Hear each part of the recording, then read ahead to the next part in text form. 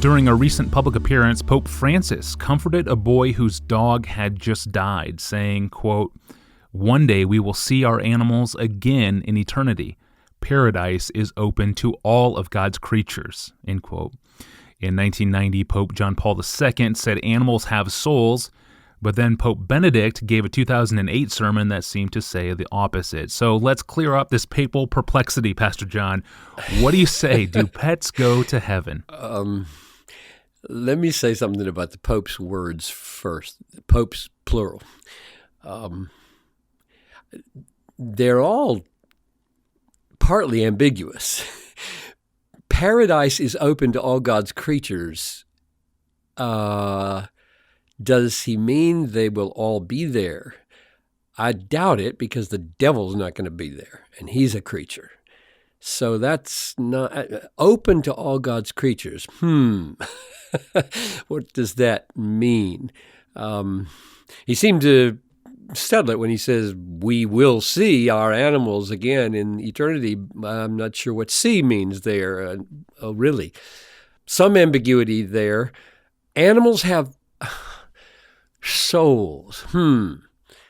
That's ambiguous, it seems to me, because the Pope knows, he knows his Hebrew, that nephesh, the word that's usually translated soul, is also translated living thing. So any being with breath and blood in the Old Testament is distinguished from the plants, and it had life. The Old Testament didn't think about plants having life because they had no breath and they had no blood in that sense. And so breathing and blood-coursing things had nephesh, which is usually translated soul. And it didn't mean soul like we usually mean it for the human being who has a soul in the image of God. So, frankly, I'm not sure what the popes meant. Their words seem to me to be slippery, and we just do better saying, what does the Bible say? So I'll give some thoughts on that. When God created the world, the creation of man is set apart as unique from the animals on day 6 and is described as creating us in the image of God. So the soul of man is different from the soul, that is the coursing of the blood and the breathing of life, found in animals. Man is unique and is meant to have a unique destiny. When the Son of God enters history, he comes as a human being, not as an animal. And he saves humans. And he conforms humans to his own nature as the God-man, not the God-animal.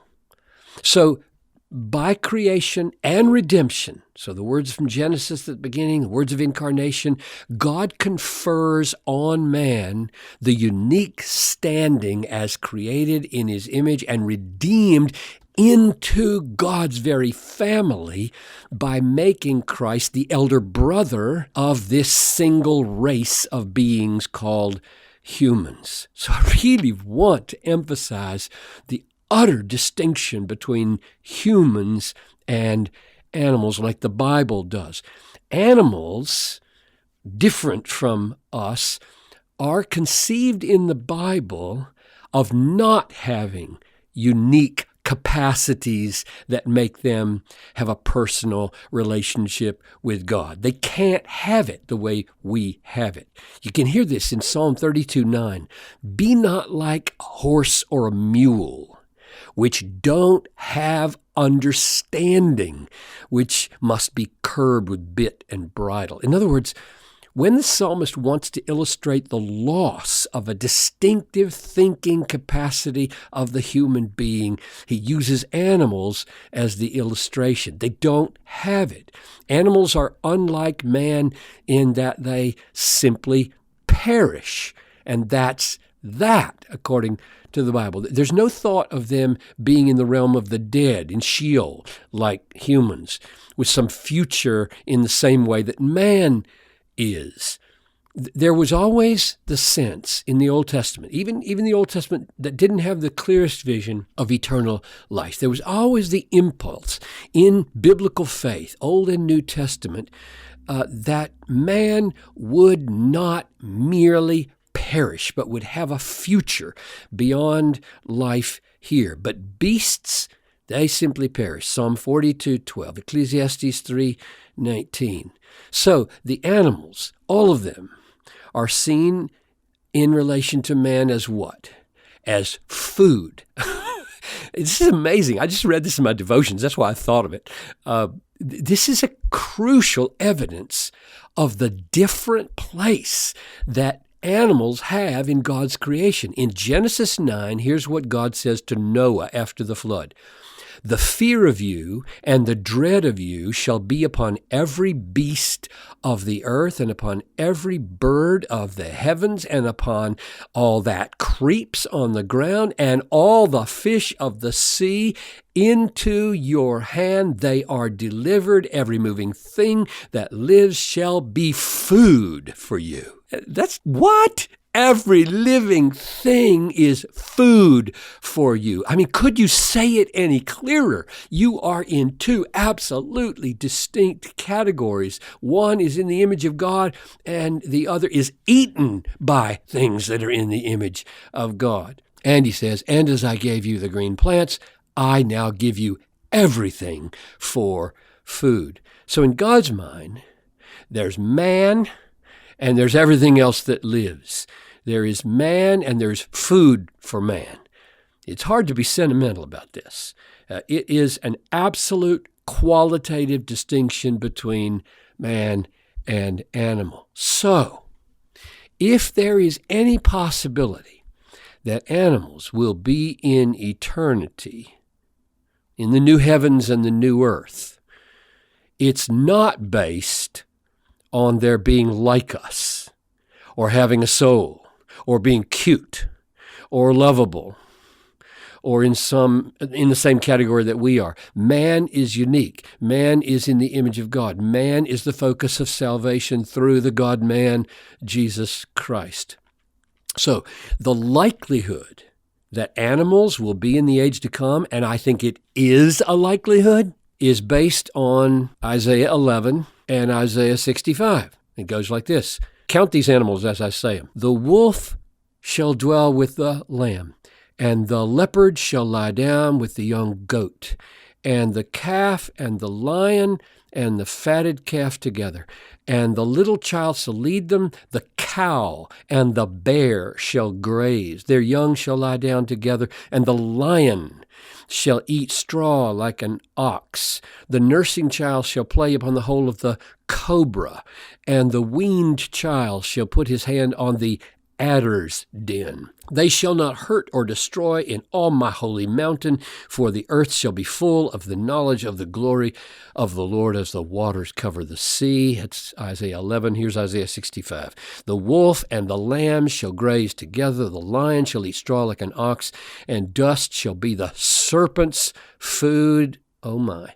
They shall not hurt or destroy in all my holy mountain, says the Lord. I count 10 animals named in describing the age to come.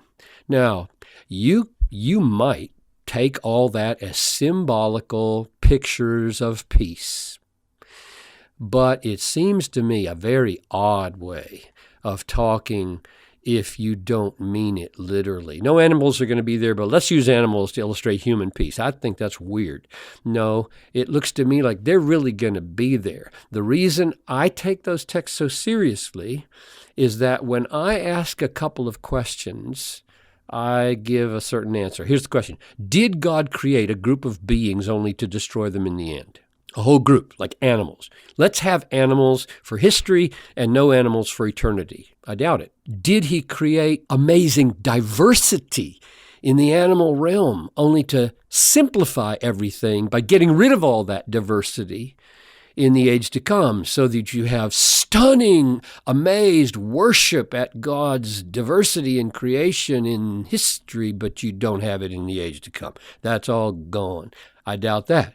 And so it does seem to me from these two texts and from those two principles that there will be animals in the age to come. Now, lastly, with regard to specific pets being raised from the dead, that would, I think, be pure speculation. The only biblical pointer that might cause you to think that would be that God intends you to be fully happy in Him. And if the presence of that pet is essential for you to know and love God that way, I suspect He'll be there. That might be what I would say to a 4-year-old. On the other hand, to the 15-year-old or the 35 or the 85-year-old lady who just lost her cat, I would say it is spiritually perilous to cultivate a love for an animal that has such a prominent place in your heart you think you need him for eternity. Thank you, Pastor John, for tackling this question. We need to break for the weekend, but we will return on Monday to talk about parenting teenagers, specifically talking to teenagers. And if you're a teen or the parent of a teen, don't miss our episode coming up on Monday. Until then, please email your questions to us at askpastorjohn@desiringgod.org. And as always, you can visit us online at desiringgod.org to find thousands of books, articles, sermons, and other resources from John Piper, all free of charge. I'm your host, Tony Reinke. Have a wonderful weekend.